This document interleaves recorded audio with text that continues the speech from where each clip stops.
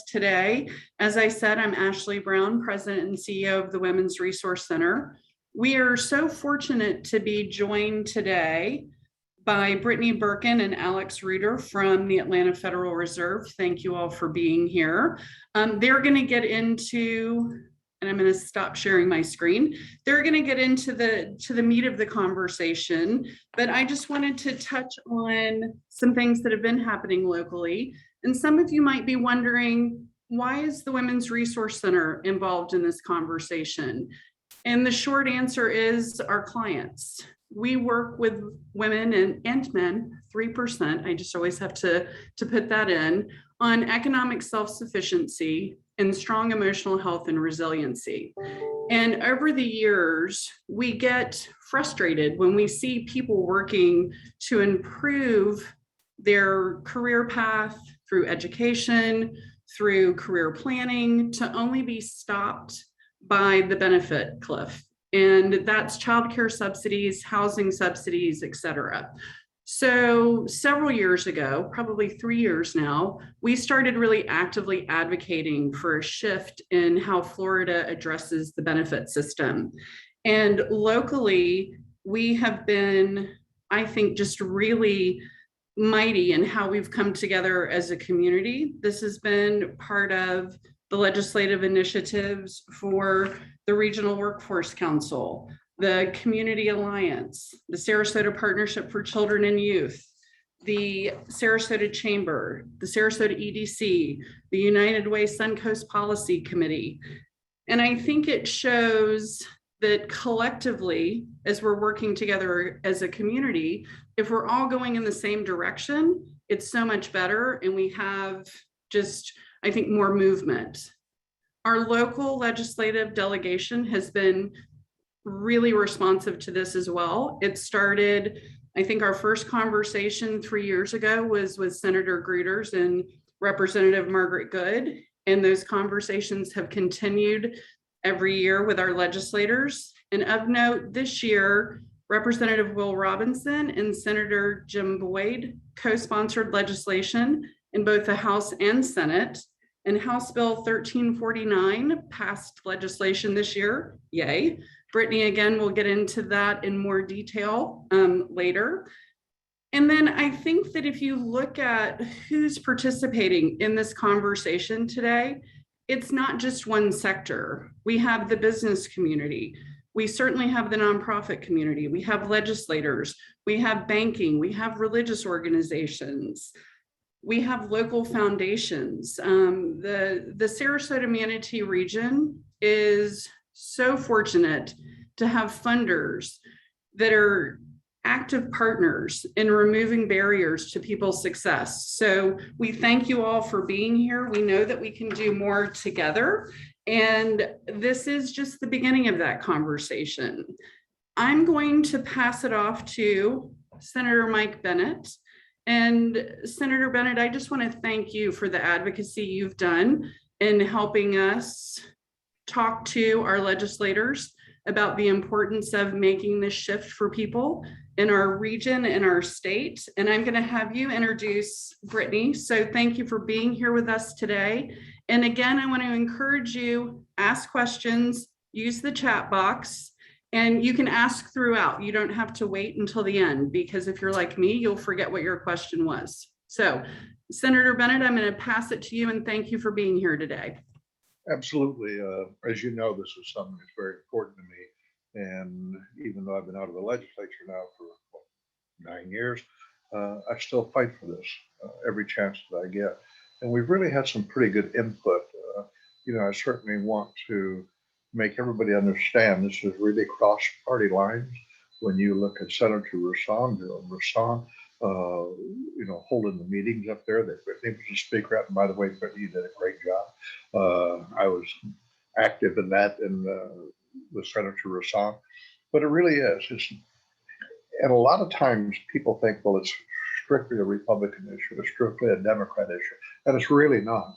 From a business viewpoint, when I'm out here scrambling, trying to find employees, when I'm out here really pushing my employees to grow, when I'm out here pushing employees to get further education, make themselves better, I want to give them a raise. I want to work with them.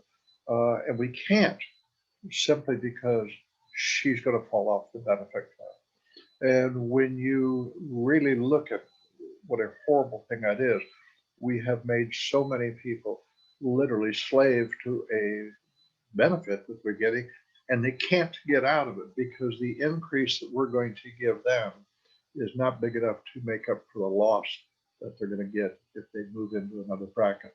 And it's really a problem. It's a problem for employers trying to take care of their people and trying to hire their people. And I do believe the biggest problem we're going to have, and I'm hoping that we can get somewhere that maybe Brittany can answer this question. I've always said that one of the problems that we have with changing the system, and several states have tried, is changing the system, is the bureaucrats literally who issue the money. Because now I can't send out every woman with 2 children a $500 check. I've got to get one for $450 for this one, $375 for that one. And all of a sudden, I've got to do more work. And sometimes I think that our bureaucrats are saying, oh, why do I want to make it complicated for my life? So I'm hoping Brittany can touch on it. For those of you who have not had an opportunity to listen to Brittany, I wish you could have heard her presentation to the Florida Senate, the Ag Committee. Senator Joe Rasson did a wonderful job. And Brittany, she serves as the principal advisor for the Fed in Atlanta. She's on the economic development team. And in this role, she kind of specializes in identification of structural issues that we can do to make it better. Even though she works in Atlanta, she's got a strong history of jobs that she's done in Florida. Brittany, you've done a wonderful, wonderful job, and really appreciate you continuing to participate in this. And if there's anything that we can do in the legislature down here that I can help you with, please reach out to me. Folks, Brittany Birkin. Thank you so much, Senator Bennett. I really appreciate your comments, and will certainly work to address some of the complexities that you called out in public benefit programs. Before we dive in, let me pull up my slides. Give me 1 second to do just that. And can everyone see my slides? Are we good? Okay, so really appreciate the opportunity to be part of this community conversation. Some of you may know, some of you may not, but I actually am not just a native Floridian, but I hail from Sarasota. So this is a region that's deep in my heart, and really thrilled to be here with you all this afternoon with my colleague, Alex Reuter. And while Alex is in Atlanta, the Federal Reserve Bank was gracious enough to allow me to remain a Floridian. We give service to 6 states in the Southeast, and Florida is certainly an important one at that. So I am actually still here in the great state of Florida. Before we dive in on the benefits cliffs, just quickly wanted to share with you all, as Senator Bennett said, I'm part of the Community Economic Development team. Very often in this work on advancing careers and benefits cliffs that my colleague Alex Reuter and I will talk to you all about today. The question does come up, this space and this work within the Federal Reserve System, because understandably, when most people think of the Federal Reserve System, they think about monetary policy, which for good reason, but we also have a congressional charge to maximize employment. And within that congressional charge, our President Bostic recognized the importance of economic mobility and resilience. And so that's a strategic priority in working to think about the intersection of research and strategic engagement so that we can really be focused in supporting communities and states in advancing economic mobility. So this work falls under the umbrella of our Advancing Careers Initiative, which is focused on identifying how benefits cliffs and other structural barriers can create financial disincentives to career advancement. So the work that we will describe today is, relevant to our work conducting research, developing tools, and analyzing different solutions for thinking about how to reduce these barriers. To do this, really critical to that work is the engagement of partners at community and state levels. so that we can really understand not just the research, but the application. So benefits cliffs. You all may be very, very familiar with the concept of benefits cliffs, or this may be newer to you. So I want to spend just a few minutes talking about what this is and what this means. When I, start to introduce the concept of public benefits cliffs, I often think about my time and a story, my first introduction before I knew what this was called. Many years ago, I served in Florida's Office of Early Learning and received a phone call one day from a parent. And she said, I was just offered a 10-cent an hour wage increase by my employer. And if I've done my math right, I think I'm going to lose access to the child care subsidy program for my 2 young children. And so we confirmed her math, and indeed, for that $200 a year in increased wages, she was going to lose eligibility to about $9,000 in child care subsidy supports. So as Senator Bennett said, sometimes the wage increase is far short of the public benefit value, which can create quite a dilemma for that parent. And in fact, she said, what do I do? And I told her I could not tell her what to do, but that dilemma really stayed with me. And years later, learned that this is indeed the phenomenon of the benefits cliffs. So we're going to talk a little bit about cliffs today and the complexity and the interaction. So thinking of a parent like the one that called me, sort of has 2 potential career exploration questions when we're thinking about pathways to economic self-sufficiency. So as someone like the parent that contacted me explores potential career options, does the career choice offer a path to economic self-sufficiency, first and foremost? And secondly, what financial barriers might she face on the path to career advancement? So I want to show you all, just to conceptualize this a bit more, a few slides and how we think about this. So the focus of this slide is really looking at career pathways, looking just at employment earnings in the area of nursing. So you can see that the line for near minimum wage, the line for certified nursing assistant, a near minimum wage nursing assistant, the green line for licensed practical nurse, and the blue line for the registered nurse. And so we can look over the span of this case study analysis, a hypothetical family in this case, single parent, 2 young children, living in Miami-Dade, looking at her career options. So at the time of this, she would have been 25 and beginning to think about this. And the way that you can read this chart is if you look at the shading, that's the amount of length approximately of education and training for each of those opportunities. And that's where you see a dip in those initial resources, because we're going to assume that she was only working part-time in order to enroll in school. And then you can see the job placement, and you can see the wage increases and growth over the career span for each of these. So this is a more traditional view in thinking about career options and potential income for this earner. The next slide that I want to show begins to show the complexity of what we're talking about here. I should have noted in the previous slide too that it did not include Florida's minimum wage analysis, but when Alex shows you the dashboard, you'll see that's all been captured in the new dashboard. So any analysis that's done with that will reflect that. This analysis was done prior to that, but what it does is show the complexity of navigating public benefits and what they mean. So what this chart is showing is the same parents with 2 young children, and it's actually now looking at net financial resources by age over time. So remembering that last illustration, those wage increases are happening, but what's also happening is this is factoring in her earnings, taxes, public benefits, and basic expenses. So after you factor all of that in and assuming her basic living expenses are paid, the balance is net financial resources. And what you can see here is a very different picture So bringing your eye to just a few things. One, remember that certified nursing assistant is a near minimum wage position.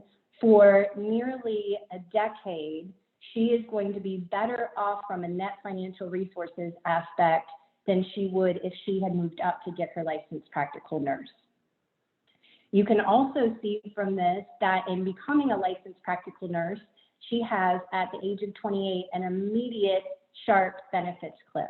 So while her wages went up, she lost access to public benefits, and that caused that sharp benefits cliff. You can also see in this, looking at the blue line, which is the registered nursing line, that there's still a period of a number of years, while long-term, she's far better off as a registered nurse. For a few years, she's still going to have fewer net resources at the registered nurse than is if she were to become or maintain the certified nursing assistant. The other thing that I would draw your eye to on this is looking at that certified nursing assistant line. The yellow is, you can see it's very level, and the same with the licensed practical nurse. Even though there's that first sharp benefits cliff, the other thing that can happen is what's called a benefits plateau. And so that would be, again, wages are continuing to increase, but at the same rate wages are increasing, the loss of public benefits is holding that parent's net resources completely flat. So even though they've gone up in wages, they are not going up in net resources. So this shows just the complexity of when you factor in public benefits, when you factor in tax credits, there is a much more complicated picture of navigating career pathways. So you can see longer term, there's still a benefit in each of those positions, the registered nurse, the licensed practical nurse, ending up with higher wages and salaries over the lifespan of the career. But in that initial interim, some challenges that this parent in this instance is going to potentially face as she moves through these. The other thing that I'll note for you is to recognize for this parent in this case study, there were assumptions of not just accessing tax credit, but a number of public benefit programs. So very often we get the question, I gave the story about the child care benefits cliff, but often that change in resources for the family can be a combination of reduced value of child care subsidy, reduced value of SNAP or food assistance, and reduced value of tax credits that in combination can cause that cliff or cause that plateau. So the complexity of all of this is part of the research and analysis that we've been doing to say, how can we support this parent in their long-term career goals, in accessing a career pathway that will lead to economic self-sufficiency, but do so with clearer line of sight of some of the peaks and valleys that are going to occur financially. So to support all of this work, we've developed a suite of resources and tools that we work with on different levels with different kinds of partners. So that includes focusing on community, state, and federal policy solutions and engagement of partners to understand at each of these levels the opportunities and the challenges that exist. Focused engagement with employers, career and financial coaching and counseling solutions, so how we can be really mindful of working with families and individuals as they're thinking about their careers. We have been engaged to look at some of the guaranteed income pilots that are happening across the country, and then continuing to contribute towards overall research in this area. So just wanted to snapshot for you some of the partnerships that we have that may be of interest just as context as we move forward with this conversation. So a number of state level partners, these are just selects that are put in there for you, as well as a number of nonprofit providers, many of these who are doing direct services with individuals and families like Circles USA, like Goodwill, United Way, local workforce board partners. We have a number of institutional partnerships, the Administration of Children and Families in both Region 3 and our region, which is Region 4. other Federal Reserve System banks that are engaging in this issue, employers, direct employer partnerships that are beginning to look at this from an internal career pathway. What does that mean for employers? How can they support employees and understand some of the potential challenges that may come? And then engagement with colleges and universities. And so what this really shows is there's been a surge in the last couple of years of not just awareness of these challenges, but interest in thinking about how to engage and how to mitigate these challenges. So what can be done? Some of the work that's happening with those partnerships, part of it is awareness of the issue, really helping to define these challenges and explain the complexity of navigating career pathways and some of the barriers that families may encounter. Using, this as a benefits cliff calculator and really understanding which are the benefits cliffs that are challenging families potentially. As I mentioned, working closely on workforce development. So thinking about student advisement, career planning and coaching, how we can think about career pathways and the wraparound supports that can ultimately help families in mitigating these cliffs. Different policy simulation and changes. We're partnering with a number of states that are beginning to look at the policies. So Senator Bennett, to your question, this is, there are states that are beginning to dig in and say, if we change policies around childcare, does that help mitigate the cliff? What would it look like if we used different strategies for phase out? And really think about these in tandem and the interaction of public benefits versus then how typically we make decisions, which is one benefit at a time. And then there's also been a lot of work on cross-system collaboration and how understanding benefits cliffs, understanding how this can challenge economic mobility can help communities with asset and gap mapping to look at some of the challenges families will encounter and get more specific on how to mitigate those challenges and support families. Creating a common definition of self-sufficiency. Very often different partners may have different definitions. And then how we think about targeted populations for services are all examples of different potential options and ways that this can be addressed.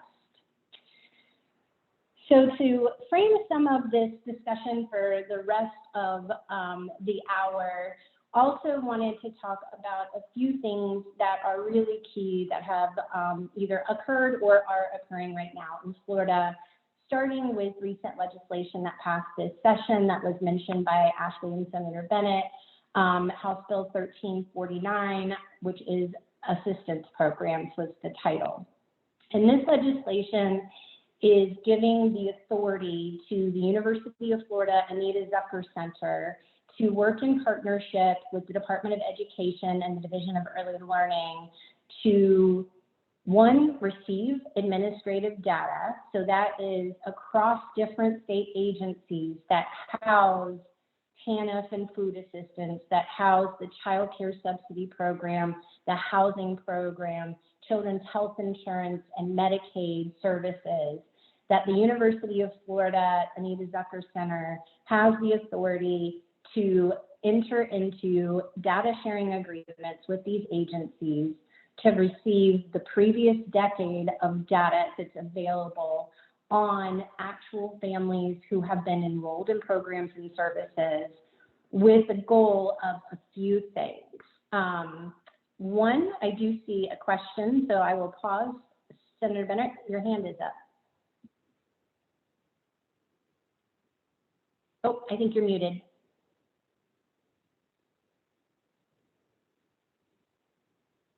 Are we able to unmute? Okay, Brittany, I have a question. Has any state that you know of looked at, I'm trying to figure out a way to make it easier for the bureaucrats to adjust wages for people or benefits for people as they slowly go up, slowly bringing the benefits down, okay? And so I've always felt that in mathematical formula, that whatever percentage that is, so it goes up by $1, it goes down by 2 cents, or it goes up $1, it goes down by 5 cents. But I think that going with the mathematical formula, I've always felt it would make it easier for the bureaucrats to program their computers for the payout, because now that we know that Brittany has got a 50 cent an hour raise, we know we can lower her benefits by 4% or something like that. Have any of them looked at it that way, or are they just looking at what can we include or exclude when it happens? I guess I'm trying to find some kind of a glide path that is mathematically based. Any thoughts on that? Yeah, so it's a great observation and question, and one that has a little bit of a complicated answer. So a lot of what is factored into those public benefit programs are the regulations that are set at the federal level. In some instances, states would have flexibility because they're block grants, and you can look at how you define income and how you define assets and create a little bit more flexibility so that, as you said, you could make it more mathematical. Some of the programs, the funding comes down and it's pretty structured in how it's set up for eligibility and how it's defined. Understanding, though, where there's areas of flexibility versus where there's not can help still start to inform what you're asking, start inform where you might consider policy changes that can effectively support families. The other complicating factor is that it's going to vary depending on family composition. So economic self-sufficiency for an individual is going to look really different than economic self-sufficiency for a two-parent, two-child household. And so that's another thing that warrants a lot of consideration when you're thinking about policies, is how we can manage through that and account for some of the variance. This, at the heart of what I'm about to describe with 1349, incredibly important for beginning to answer those questions in Florida. So if the University of Florida is going to have all the data across these public benefit programs, we're going to really understand for the first time in the state's history what are the most common form of public benefit programs families are accessing and receiving. In what combinations are we seeing a more expedited path to economic self-sufficiency? Are there any combinations where families seem to be more challenged? So to contextualize that, completely just, hypothesizing here, but let's say that what we find out is families that have participated in SNAP, have children's health insurance subsidy, and subsidized childcare are able to move up and off of government assistance in a shorter period of time. That's going to be a data point that helps really inform what we might want to think of replicating in the state, right? And so that's part of this analysis, is really beginning to develop these profiles, participant profiles. What's really going to be powerful about this for you all as community leaders is they're going to be developed in the aggregate form at the state level, but they're also going to be developed at the community level, so that you would be able to look and say, okay, in our region, if we want to look at Sarasota and Manatee County together, or look at each independently, what are families accessing? What is the predominant form of public benefits? What is the length of time? And really begin to use that to inform community planning. And the roll-up at the state level would then enable some of the state leaders to better identify where are their challenges and where are their opportunities. And so some of the conversation that has started with the state agencies is not limited to policy changes exclusively, but what are potential changes in practice across state agencies and how they serve families and the ability to serve families in a more coordinated fashion? What are changes in system alignment strategies? So how do you build bridges between families receiving child care subsidy and participation in workforce development services to support a career pathway and attainment of credentials that lead to economic self-sufficiency? different approaches with funding that could be considered for targeting specific families and populations to help move them, towards economic self-sufficiency? And then are there any policies that are identified that really do create barriers and there's opportunity to change? So that's the process work that's going to be started by the University of Florida in partnership with the Department of Education. You can see the timeline that I included in this slide. So it will take time, understandably, to get this data, to set up the research questions, to partner on the analysis. And so the first report will come out next summer is when it's estimated, and a second follow-up report the summer thereafter that would be submitted to the governor, the Senate, the House for consideration. And then the other thing that this bill did were two other specific targeted changes, which was one, how do we begin to get closer to the alignment of childcare and workforce development? So for school readiness, which is the childcare subsidy program in Florida, it increased the priority for participation of parents who have an intensive services account or individualized training account with CareerSource. That would build a bridge between making sure those that have training accounts and are on a career pathway have access to childcare in order to support their ability to complete their credential, take that job, and begin to participate in the labor force. It also changed some of the definitions, going back to Senator Bennett's question. It was very prescriptive in Florida law how income was defined for childcare. This now gives a little more flexibility to the Department of Education to really look at the definition through rule rather than statute and be able to define it in case there is need for any tweaks going forward. So that in total was House Bill 1349. The analysis, those first three bullets, is really going to provide a lot of rich information looking across all these public benefits programs and understanding families' experiences over time with public benefits programs, and is going to really help match nicely if you understand where the benefits cliffs are already occurring, and then you understand families' experiences, that can definitely inform the work ahead and the path forward. To close out my section, I also just wanted to highlight a few other things that are happening at the state level that might frame some of the community conversations and community work. We have a MOU with CareerSource Florida and with Goodwill Industries of Florida on developing both the dashboard, which Alex will share in here in just a few minutes, as well as the CLIF planner, the financial planner that can support individualized, customized career counseling opportunities. So wanted to make sure you were aware of that. The dashboard that Alex is going to demo will be out and available for community partner use here in a pretty short bit of time. Also wanted to share that there's an economic self-sufficiency work group. So this is a nice companion to House Bill 1349.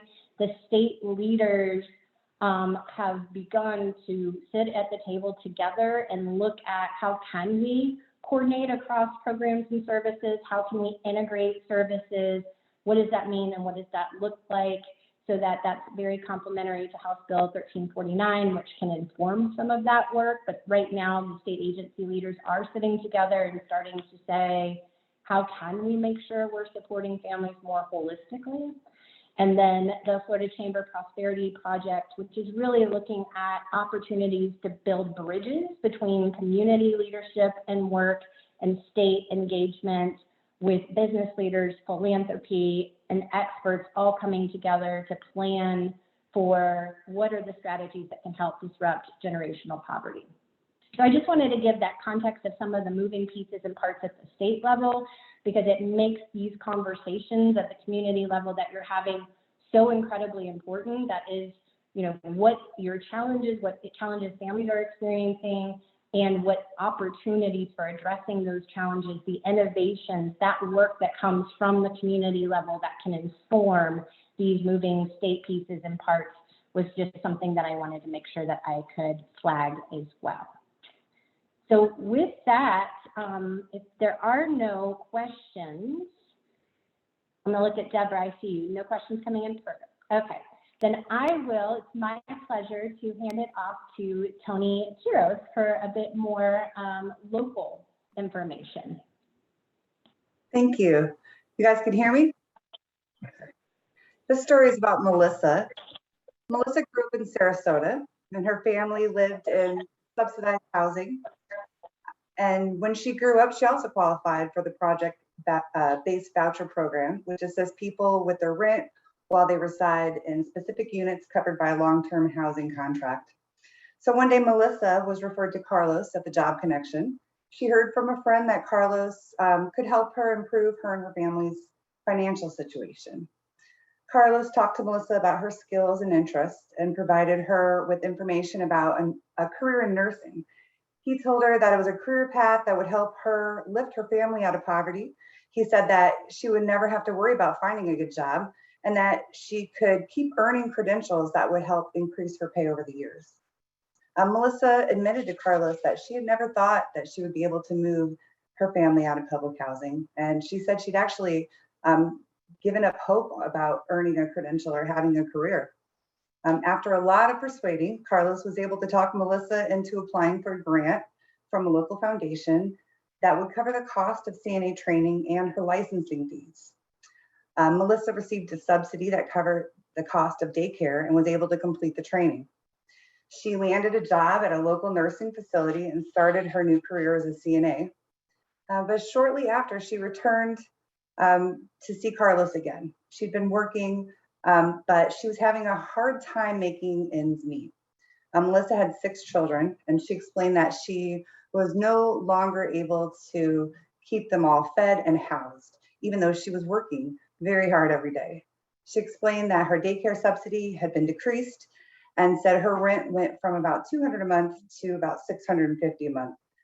She said she now received only $100 in food benefits instead of her regular $600, and that her family would no longer be qualified for the same health benefits, which are now going to cost her more than her budget allowed. So Carlos worked with Melissa and tried to help find her other resources, helped her try to budget her money, and explained to her that, you know, continuing her education and continuing to earn credentials would help increase her income. However, Melissa eventually quit her job and decided to return to doing hair in her home for extra money. Unfortunately, Melissa's situation is not unique, and a lot of the people we meet can identify with her struggle to become self-sufficient.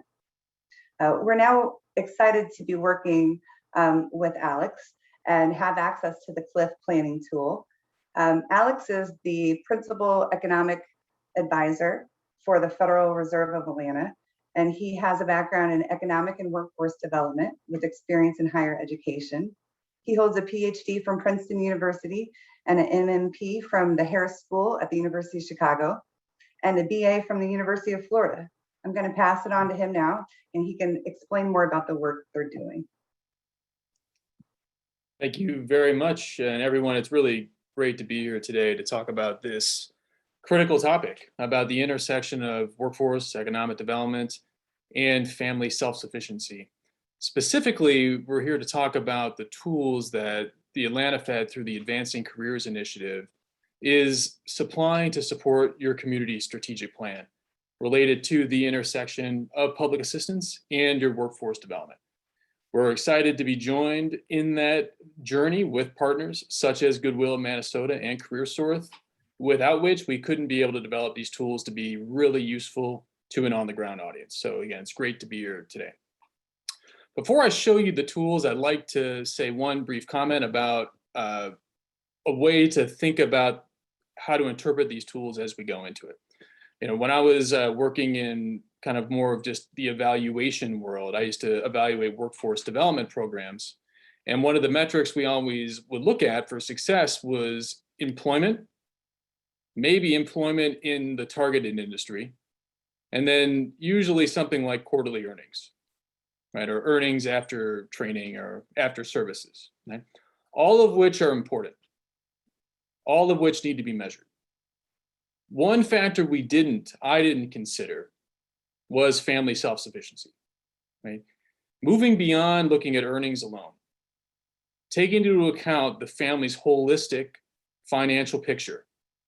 Are our programs improving outcomes? That's a metric that I did not use to measure, that I hope the CLIF tools that you're about to see can help you should you decide to take that holistic approach to measuring success. Let me really briefly share a slide so you can understand the context of the tools we're going to show you. All right. I just want you to know we are providing 2 tools to the community. And I'd like you to think about one of them as more of a kind of easy to use, maybe Microsoft Excel or Tableau, if you're familiar with that, dashboard version. And the other one, more of a TurboTax that's meant to be a more in-detailed, personalized tool. So for starting out on the left side of your screen, what we're going to go through right now is the customized CareerSource Florida CLIF dashboard. This is a tool we've developed to be very much localized, but to support your organization's community outreach and engagement, talking about benefits cliffs and workforce development to policymakers, businesses, funders, and other stakeholders in the community that you want to engage on this important topic. Right? Also, this CLIF dashboard is used for career coaching and family financial coaching.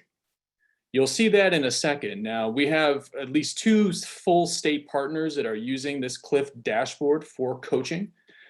One of them just finished a university independent third-party evaluation of that coaching process, which we'd be happy to share with anyone if they're interested. So you can see how families are reacting to seeing this information in the context of career coaching.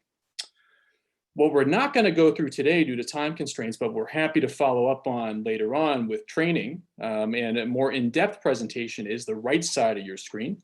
That's what's called the CLIF Planner. CLIF is, of course, Career Ladder Identifier and Financial Forecaster. And the Planner version, again, think about that as like a TurboTax version. What that's going to do is provide a more individualized career path, but it goes beyond career planning and is also a budgeting tool.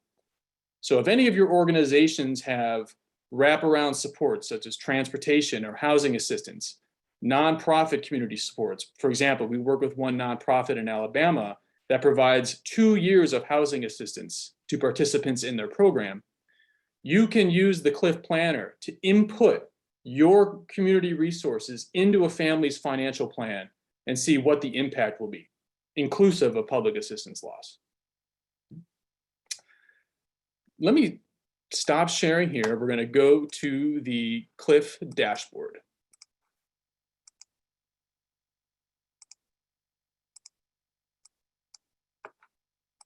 All right. You should see now the customized CareerSource Florida community dashboard. Okay. This was built with Florida-specific wages, Florida county-specific cost of living, and then, of course, Florida-specific public assistance rules. So you're going to see how all of those different dimensions come together to provide a community perspective and a worker perspective about how these various programs are going to impact family self-sufficiency. Let me show you how it works. Now, the CareerSource dashboard begins on the left side of your screen. So if everyone can turn their attention to the menu where it says choose your options. Of course, the dashboard is for Florida and it's at the county level. So you can see by choosing select county, the full list of Florida counties will appear. I'm going to go down to Sarasota and we're going to look at the career paths in Sarasota County. Next option, what is the broad occupation group? Now, right now, you can see first, the option is a selection of industries in Florida, from arts and entertainment to healthcare practitioners and technical occupations, all the way down to transportation and materials moving. Now, the broad occupational group is the first level of search you would do. These are all categories from the Bureau of Labor Statistics. So hopefully these should be familiar to you. If not, they correspond to the Bureau of Labor Statistics ONET system. So perhaps you're familiar with the ONET system. This corresponds to that same classification. I'm going to choose for today's demonstration, healthcare practitioners and technical occupations. I'm going to do that because healthcare is almost a universally in-demand sector. So this should give you some perspective about how this tool can inform movement into an in-demand sector. Within each industry, the next step is select occupation. Right? So what specific job are you interested in? The list is from the in-demand occupation list provided to us by CareerSource. You see it goes from physical therapists to dental hygienists, surgical technologists, and on. I'm going to choose licensed practical nurse, or LPN. Some of you may be familiar with that profession. It's a nursing profession, typically in very high demand across the country. Next option, specified duration of education or training program. Well, oftentimes workers need to go to job training before they're qualified for these in-demand jobs. So we offer you the option to type in the amount of training required. Right? You have a couple different ways you can approach this question. You could either use typical duration required. Maybe you don't know how much education is required. If so, you can choose this option and it's going to default to what the Bureau of Labor Statistics says is the typical education required for an LPN. I'm going to say, well, maybe I happen to know that I'm partnered with a community college down the street, and I happen to know it's a one-year program, so I'm going to type in 1 year. Now, the next two options are what really powers the CLIF tool, and that is you're going to select the family type and select the public assistance the family is on. This is really important for two specific reasons. Number one, cost of living calculations. That's going to depend by family type, how many children you have. And two, the public assistance package is, well, what public assistance is the family receiving? And how can that both support them and trail off as they earn more money? So let's say we have a single adult with 2 children, ages 2 and 3 for simplicity. Let's then go to our public assistance package. I'm going to say we're not going to default to all programs. We're not going to say no programs. But let's imagine that this family comes in, they filled out their intake form for the organization, and they've checked the following programs. Let's say they're on food assistance through SNAP. Let's say this family receives children's health insurance through the Medicaid program. Let's also say that the family receives a variety of tax credits. Earned income tax credit, the child tax credit, and the child and dependent care tax credit. Finally, this family is receiving child care subsidies through the state CCDF program. Now, to recap, where we are here is we're going to explore a career in Sarasota County. Right? Family, 2 children, ages 2 and 3, and they're on a variety of public assistance programs. That is a somewhat statistically common package here. So the scenario that Brittany showed in the slides was atypical because it basically assumed the family received all programs. In this example, we're using a statistically more common package of tax credits, food assistance, healthcare, but we're adding on that very important child care subsidy. Moving to the top of your screen, you see you have a couple tabs for the results. Number one is the results tab. That's going to be focused on the worker side. And then we'll briefly review the for policymakers tab after that. And that's geared for community conversations where you're concerned about, well, what's the net return to career advancement from the taxpayer's perspective? Now, going into the results, just a moment as the charts appear. The first 2 charts are focused on career exploration alone. So we're not going to look at anything associated with public assistance to start. This first chart is showing you income before taxes for 2 careers. In the red line, you see the hypothetical near minimum wage job. That's this red line. It's going up over time because, as Brittany mentioned, this tool includes the phased in minimum wage increases in the state of Florida. However, the LPN line is the gold line. For all years, except that first year when the worker's in school, the LPN is earning much more than the near minimum wage job. And you can just hover over and see it's a win for the worker to become an LPN. Now, the next chart adds a critical metric, which we call the self-sufficiency target. Think about this as local cost of living. This gray line is now superimposed over those two income lines over time. You can see that starting in 2021, all the near minimum wage job and the LPN are far below the self-sufficiency target of $57,000 per year. Early on, this is telling us that the families do not have the financial resources necessary to pay their basic expenses without the need for public assistance. Now, this gray line, as time passes, you can see it going down. You may wonder why the self-sufficiency target decreases over time.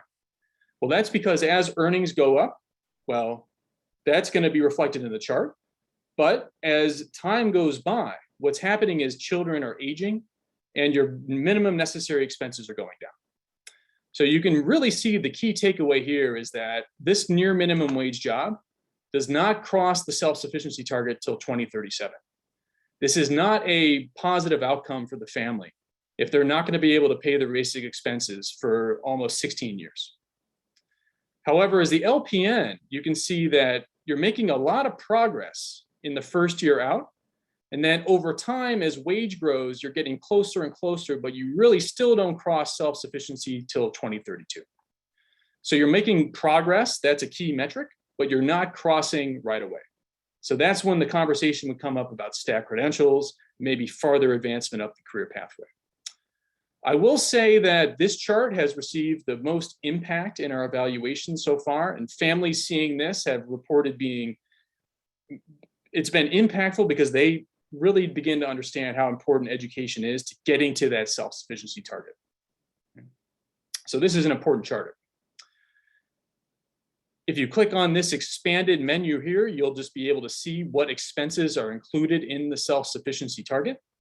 You can just see over time how childcare, food, healthcare, housing, transportation, other miscellaneous expenses such as clothing, and then utilities factor into that self-sufficiency target.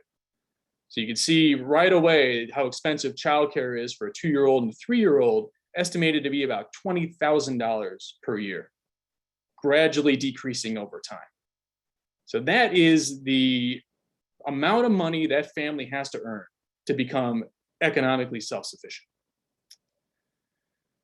Now we'll move on to the final section here, which is public assistance. How do you begin to understand how this career choice of an LPN is going to affect this family's public assistance? This first chart will just show you the amount of public assistance per year. You can see it while the worker's still in school, they're estimated to get a certain children's health insurance through the CHIP. We see the CCDF program providing almost all of the support necessary to pay for childcare expenses. Food assistance through SNAP, the Child Independent Care Tax Credit, the Child Tax Credit, and the Earned Income Tax Credit. What's powerful about this is you can see how all these programs phase out over time. So for example, right away, going from 2021 to 2022, what's missing? What's missing here? And you can see that SNAP disappears completely. Then over time, we can see some more barriers such as children's health insurance disappearing in 2026. And then later on, we can see the tax credits, Earned Income Tax Credit here in 2026, and then the other ones later on gradually phasing out. This is important because, again, if you're counseling someone today, they might not be able to understand how these public assistance programs may phase out down the road. This is going to help you plan for that event. Finally, we go to the same metric that Brittany showed on her slides with the careers, annual net financial resources. So this is the critical metric when you ask, if we look at disposable income, total family net financial resources, so employment income plus public assistance, minus taxes, minus expenses, is the family better off? Well, you can see here that net financial resources, a couple key points here. First, near minimum wage job, this red line, never above zero. So they can really not pay their basic expenses until the children move out at 2038. LPN is above zero, so they're able to pay their basic expenses, so that's a positive. But notice we see a barrier here in 2025 to 2026. Look at that slope. That's a benefits cliff that this family is facing, followed by a benefits plateau going from 2026 out to 2030. So this family is going to face a few barriers even as an LPN. They have a good start.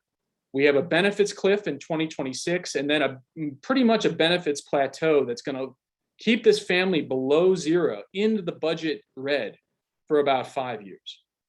And just to refresh everyone's memory, remember in 2026, that's when we're losing that children's health insurance program, and the family's going to have to absorb that healthcare premium as they move on to the parents' plan. So that's the resources that can help you understand how it affects families. Really quickly, let's just look at how it affects the taxpayer. This chart here shows you how total taxes change as the worker advances up the career pathway. So federal and state income tax is much higher as an LPN in the orange line, as it is in the near minimum wage job. And then finally, we can sum it all up with the taxpayer savings to career advancement. What the tool does, because it's fundamentally a tax calculator, is we can add up the savings in public assistance as families earn more money, plus increases in state and federal tax revenue, right? Now, the way to interpret this chart is if everyone puts their eyes on that lifetime bar at the end, this is telling us that this family going from a near minimum wage job to an LPN will save the taxpayer. The net taxpayer estimated savings are about $149,000 over the lifetime. That's a big gain from one worker going from a near minimum wage job to a licensed practical nurse. The takeaway here that I want to emphasize in conclusion is that the dashboard is showing us that this is a win for the taxpayer, ultimately a win for the worker, if we can figure out the policy and programmatic solutions, the career pathway solutions to support that worker early on.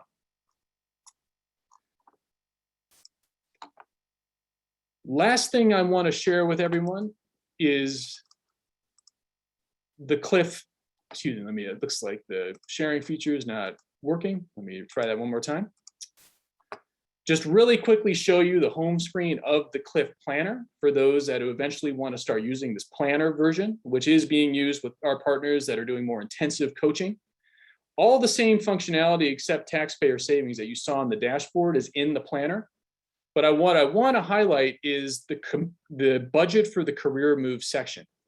So besides allowing you to do more intensive career comparisons here, the budget for your career move section is going to allow you to customize this for any additional income and assets a family may have, any public assistance programs they're on, 5 years of family expenses that you'll be able to enter for rent, utilities, childcare, health insurance, food, transportation, etc. So you can really budget with this family, include debt, repayments of current debt, and then enter any community supports that could support that worker. So for example, I mentioned very briefly, we have a partner that provides a stipend for housing for participants. I could just, if I was giving a family $100 a month in housing, I could just type in $100 right here, maybe $150 in the second year, and that will be included in the family's budget. So you can demonstrate the value of your programs to families as they make these complex decisions. I'd like to thank everyone for going through these tools with us today. And I'd like to say that if you're interested in a more in-depth conversation, reach out to us and we'll be happy to provide that demonstration and training. Any questions that anyone has before we turn it over?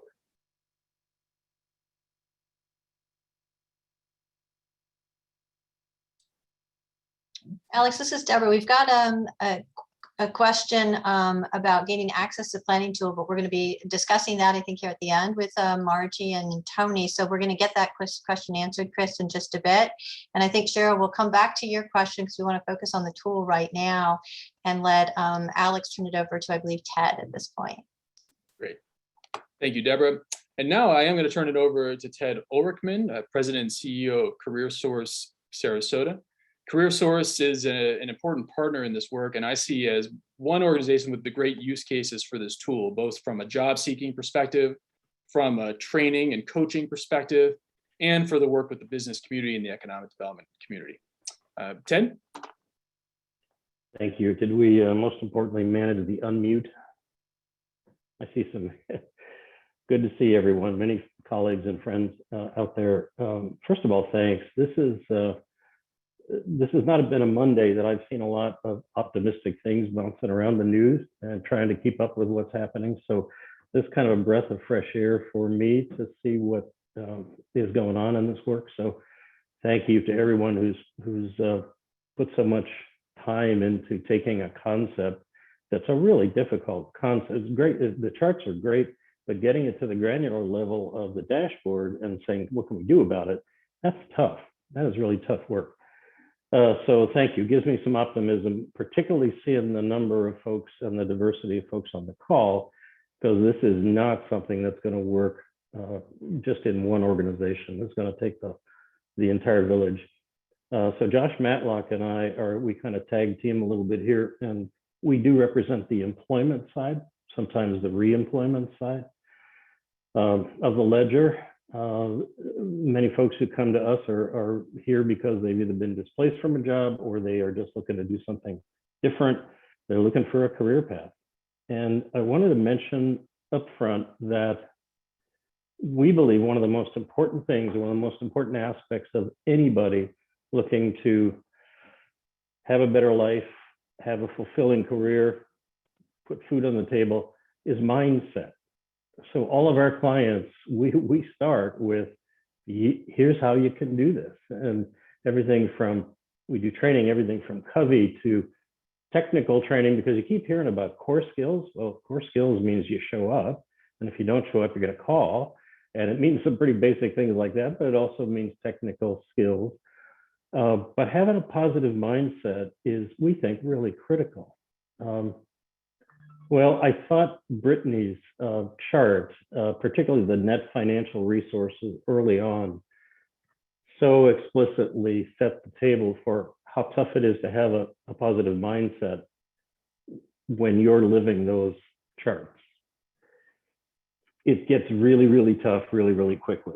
So what I'm going to do is I want to go through a very short, and I mean it is really short, set of notes from one of our clients, and then do some color commentary about those notes. And then Josh is going to address how we think this calculator is going to help us locally. So the first part of this, these are they're very clinical sounding. This is a gal who came to us, and this is just literally out of our system of taking notes. So client states that she has a household of 7 and receives SNAP benefits. Client working 16, 20 hours a week, needs to work more to pay bills. Client picks up more hours at work. DCF looks at the extra hours, counts as overtime. Client's job is send a letter saying that she's only working as needed. DCF says they can't go by what the employer says. DCF says she's making too much money and approved her for $27 a month in food stamps. Client states that as of 8/20, she will no longer be working in order to do all this, but focus on going to school. Let me take it away from the clinical side and get you to the human side of this. Here's the quote here's the only quote really that I wanted to read to you from this group, and then we'll press this forward a little bit. The client is very upset because the cost of living and food have gone up, and she feels like she's being forced to either work less and struggle more, or work more and barely keep her head above the water, as well as have the benefits taken away. Here's the thing, I'm going to call this gal Lisa. Lisa has 5 kids. It's a household of 7. And of course, Lisa is not her name. She's working as hard as she can conceivably work. She has a sister who's involved watching kids. She's gotten help from ELC. She's doing everything right. What a scenario to do everything as right as you can do. It's pretty tough to say, hey, it's going to work out, have a great mindset. So that it underscores very much the need for this work at a granular level, not just a theoretical level, but a granular level. So I'm grateful that we can take a situation like, I'll say, Lisa, and through a grant we have right now, she's already begun. We've paid for uniforms and books and fees and supplies for an LPN program. It's a one-year program.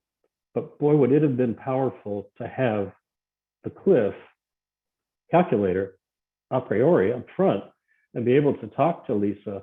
Hey, look, here's how this could work, and here's even who are the other folks who may have wraparound services that could come alongside and help. That's going to take somebody from a fairly hopeless feeling situation and give them a much more positive outlook. And I can tell you, having a positive attitude going in and developing those core skills is a large determinant, to go back to the stuff that Alex talked about that we measure after the fact, longevity and staying with the job. So it's not about just getting that next job, it's about getting that next right job and step. And I think Josh is going to talk a little bit more about how we anticipate this tool allowing us to work with the Lisas of the world in a much better way. And then I think we'll kind of transition from there to the next subject, which is how do we do all this together locally? Thanks, Ted. For us here at CareerSource, what we hear often, especially now, is this is a very tight labor market, and there are lots of businesses in our community who are having a very hard time finding employees. And so in this environment, one of the things that we can do as an organization, as a community, is look for ways for us to increase labor force participation. Labor force participation has been declining, especially in the male population over the years, but we've seen here recently among females and mothers, single mothers. And so one of the ways that we can use this tool is to identify these barriers that keep people out of the labor market, and begin to, as we identify these barriers and go through the tool and the calculator, begin to harness community resources and to help those folks overcome these barriers. And so this tool, we anticipate being able to use this tool with each client that we work with, that we would like to put into, provide a scholarship to go to get technical training or provide career coaching. And this can create a great deal of awareness for these individuals to help them navigate this situation and help us bring local resources at the same time to help them overcome these barriers. I will take, transition and take the opportunity to ask, Brittany or Alex, what are some successes or best practices that you have all seen in other communities who use this tool? I'm going to jump in real quick, Brittany. I see you're off mute. As the quasi-question moderator of the group, we're running low on time, so if I can have you answer that question super quickly, I want to make sure we give our participants a chance to ask questions too. So thank you. Absolutely. Joshua, it's a great question, and I mentioned up front how important engagement and partnerships are, because we're learning quickly about the opportunities for strategies and mitigants. And so in the interest of time, I'll give maybe one other example that is in Florida, which is on Martin and St. Lucie County are doing community demonstration projects. And they're looking at how they can align childcare and workforce development services to really put families on a career pathway, support them with childcare subsidy, but then they have local and philanthropic money that allows them to mitigate that benefits cliff. So to Senator Bennett's point, as their wages go up, they're going to contribute more towards childcare, but they're not going to hit that cliff. And so it is a way of thinking about how you can use strategic investments and leverage that for expedited pathways to economic self-sufficiency. And there's a few other community examples, but to Deborah's point, I'll hold to make sure we can get to Q&A. And we might have time to come back to it, Brittany, but this is the portion, everyone, that we want to hear from you. So we don't run out of time. I want to address Chris and Tiffany's questions regarding access to the tool. So if Margie, you could answer that sooner versus later, we can help folks understand how they can tap it. Okay, so if your organization has case managers that want access to the dashboard tool and the Cliff Planner tool that Alex showed us earlier today, we're very interested in helping coordinate that training coming up in the future. Alex has agreed to provide the training. And so what we ask you to do is just send your email address, and Tony has agreed to be the recipient of that. Tony, if you put your email address in the chat, please feel free to email Tony, let her know you're interested, and we will coordinate with Alex for that detailed type of training to occur later on over the next several weeks, and we'll communicate with you as to those details. So that's the way, if you're interested in gaining access to those tools, that we can assist you in connecting with Alex to get that access. And Margie, in terms of the question, it is free. It is also available statewide. Is that correct? I believe that is correct. Alex, yes. Maybe that's your question, but it's for all CareerSource Florida is the MOU, correct, Alex? That's right. The tool is ready for all communities, both the planner and the dashboard. Super, thank you. And the next question is, will it be available to citizens? In other words, can the public have access to it without a case manager facilitating? I'll take that one. And just to follow up on another question too, is that there is no fee for the tool's usage either. The tool is, we recommend, and we usually have designed it in mind with a trained professional as an intermediary between the tool and the family. A trained career coach, a financial coach, a counselor that can explain these issues to families and work with the families about solutions. If you're an organization that wants to use the tool and envision more direct family access to the tool, perhaps let's have a conversation about that, and just note that in the email you send in, and we could figure out what's the best way to make that use case work. So that's a maybe. And I was just going to say, if I could add on, completely agree everything Alex is saying, particular to the planner, but for community planning and access to the dashboard and thinking about how you use that tool to better understand the issues, how you can begin to think about community planning and leveraging resources, that dashboard, look at Alex and make him nod his head yes, but that dashboard, different level of access, and certainly would be a resource that we're hoping is one that's broad to the community.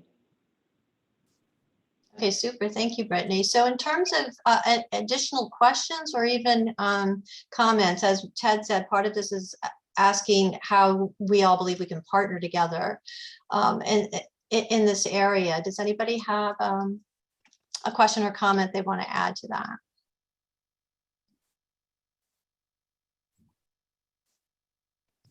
Kirsten.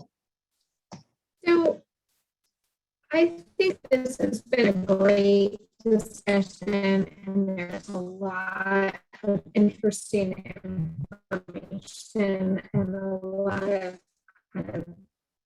I'm walking away. I think I'm looking just for some more defined action steps. What is it that we can be doing as a community to, or as a funder, at least from where I sit, to help provide some data on work that we're doing, work that we're funding that really aligns with information that you probably need to move the needle on this work.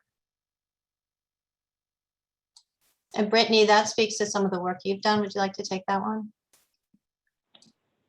Sure, happy to. I'm going to ask Alex to also jump in. He and I do a lot of conversations with community. So Kirsten, really appreciate that question. And I think when we are able, and you all are able to sit with the dashboard as a community, there's opportunities to think about this on a number of levels. One, how it can be an education resource and tool to bring other community leaders and partners into the conversation on some of these challenges. It can also be really helpful for beginning to look at sort of patterns of the barriers and where and when they're hitting, so that you can think in a more precise way about some of the challenges families may encounter, and some of the, is it going to be issues around childcare or housing, when and how that's happening, so you can think about leveraging community resources, coordinating community resources, better understanding actual gaps that exist, and thinking about, targeted strategies for addressing some of those gaps. And so I think from a community planning standpoint, that'd be a second really good application. And then the third is potentially strategic engagement of business and employers as well, to begin to help inform and engage and partner on strategies. We also mentioned, I think I had in my slide, potential engagement of higher education partners. So I think there's a lot of different layers and levels depending on the community context and where you are in that conversation. But that's also, all possible as an application with the dashboard in particular, and as Alex showed, the planner capabilities as well, for then thinking about how you could use that in supporting families in career counseling additionally. And Brittany, if I could ask a follow-up, and Kirsten and I did not pre-plan this, but as I hear you answer that question, I think of this whole discussion as being the tool helps us with the current state, and the new legislation is building a future state that it's got that slope, that glide path, as Senator Bennett refers to. So we're talking about how do we manage now using these tools, and what the future is. For the future side, with the legislation beginning with the analysis, how can we as a community provide information to inform that analysis and easily? And if so, just what's the short way or easy way we can answer that we can all feed into that information gathering process? Yes, that was a great way of putting it, Deborah. It really is current state. And I think from a community perspective, there's a number of things that can inform the future state. One, if there are local innovations, local interventions that have begun to address some of these challenges, making sure that there is communication up, because there's going to be need for thinking in a very informed way from community. What are the challenges and the pain points that families are experiencing? Are there current innovations and mitigation strategies that can inform how you think about state system development and think about policy changes? We also, with the dashboard, have the ability to do policy simulations. So if there's a specific area and policy that you want to look not just at current state, but understand what future state could be, that is something that we can work with you all to provide the analysis, and that can inform state policy as well. And so I think that communication, and to your point, the House Bill 1349, the analysis the University of Florida is going to do is it's really going to document the experiences of families, but that next piece is then what? It is the future state. And that's not really on the University of Florida. So that's, to your point, that's where there does need to be future consideration on those community challenges, the community innovations, and how Florida might think about addressing some of those challenges. Super, thank you. And Alex, Rochelle was interested in this as a high school tool, used in financial classes. I wonder if you might address whether that was considered at any point by the Federal Reserve. Yes, it absolutely has. And we've been working with some, particularly CTE thought leaders on how to, career technical education thought leaders on how to bring it to a high school audience, both from an educational perspective, just for example, right? There's oftentimes financial and economic education curriculum or courses. Learning about concepts like net resources actually ties in very well to those courses. So financial education, yes. And then second, more directly, is as a career exploration tool.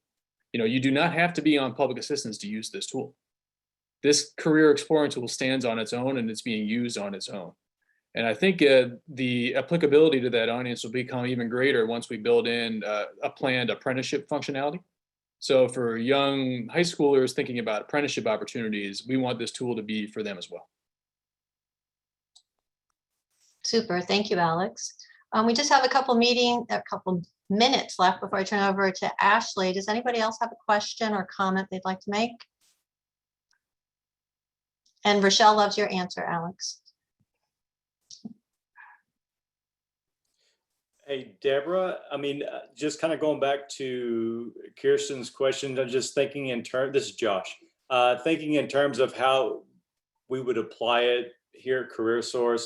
For those that are going into training, I can imagine that we would use this to the budgeting, to identify the cliffs, and then we could keep track of what is the need per client in terms of the cliff that occurs with a client. Let's say we have sent a client for LPN training. You know, at what point are they going to run into a cliff problem that we need to identify local resources to help address that, help get them through that period of time, and what's the duration of that period of time? So I can anticipate that for all the clients that we send for training, we would want to use this with them. Thanks, Josh. And Senator Bennett, you had a comment? Yeah, I would just like to, I know this kind of sounds cynical, but since I was up there for 12 years, I know how they think. But I think that when we talk to the legislators to get their interest, you know, they have two complete different views on this. You've got the compassionate side, which we often dump on the Democrat side of the deal. You've got the money side, which we often dump on the Republican side of the deal. And I think that if we can show both sides that we're hitting their sweet spot, that we're going to save the taxpayer more money, and that's how we're going to talk to the Republican side of the legislature. We're going to provide more education and better job opportunities and better family lifestyle on the other side. In other words, it's a win-win for both sides, but it has to be, if you walk in and immediately start talking about it, say on we want to provide more benefits, education benefits to these people, the first thing that the Republican legislator often does is just box their mind, hey, they're looking for more money, it's a handout, I don't want to play, okay? But if you walk in and open the conversation, I know how we can save the state of Florida money, okay? And here's the tool that we can do it. So it just depends on how you open your conversation with the legislature. I know that that sounds horrible, but politics is real, okay? Politics is real at the state level. It's certainly true at the federal level. So what you have to do to sell this is find out what it is your, if you will, your customer is looking for. And from a legislative viewpoint, the Republican legislature is going to be looking to save money, and the Democrat legislator is going to be looking, how do I provide more benefits to my constituents? And so when we talk to them, let's try to form our message to where it fits into best what they're looking for. And then you can come up with a co-sponsored bill by Republicans and Democrats, independents, that everybody likes. And so I think that's what we have to push for. Brittany, you all did a wonderful, wonderful job. Alex, I hope to see you again sometime. I really appreciate your input, job. You guys did a great job. Unfortunately, I'm running late for my next one, and I have to sign off. Ashley, thanks for including me. You all have a wonderful day. Thank you. Thanks, Senator Bennett. And that's a perfect, as usual, segue. I'm going to just give the chance for Alex or Brittany, Ted, Margie, Tony, anybody who has any last comments before we wrap up and go to next steps for everyone participating. Are we good? Nice, I like it. So thank you all for being here. We are going to follow up. We've been recording this session. So everyone who registered will receive a link to the recording. So those who weren't able to join us in person will still have access to the recording. And both Alex and Brittany are going to share their slides with us. So we'll send those so you'll have access and can go through. Again, if you're interested in being involved in the training for case managers or any staff members, reach out to Tony at Goodwill or Joshua at CareerSource, correct? And then I want to thank again, Brittany and Alex. It is a really complex topic, and you made it really easy for us to digest and understand. Thank you for your time and your commitment to this issue that's really important to so many families for their economic self-sufficiency. So with that, I'm going to give everyone a minute and a half of time back in their schedule today. So thank you for being here. We appreciate it. And I think that is it from us.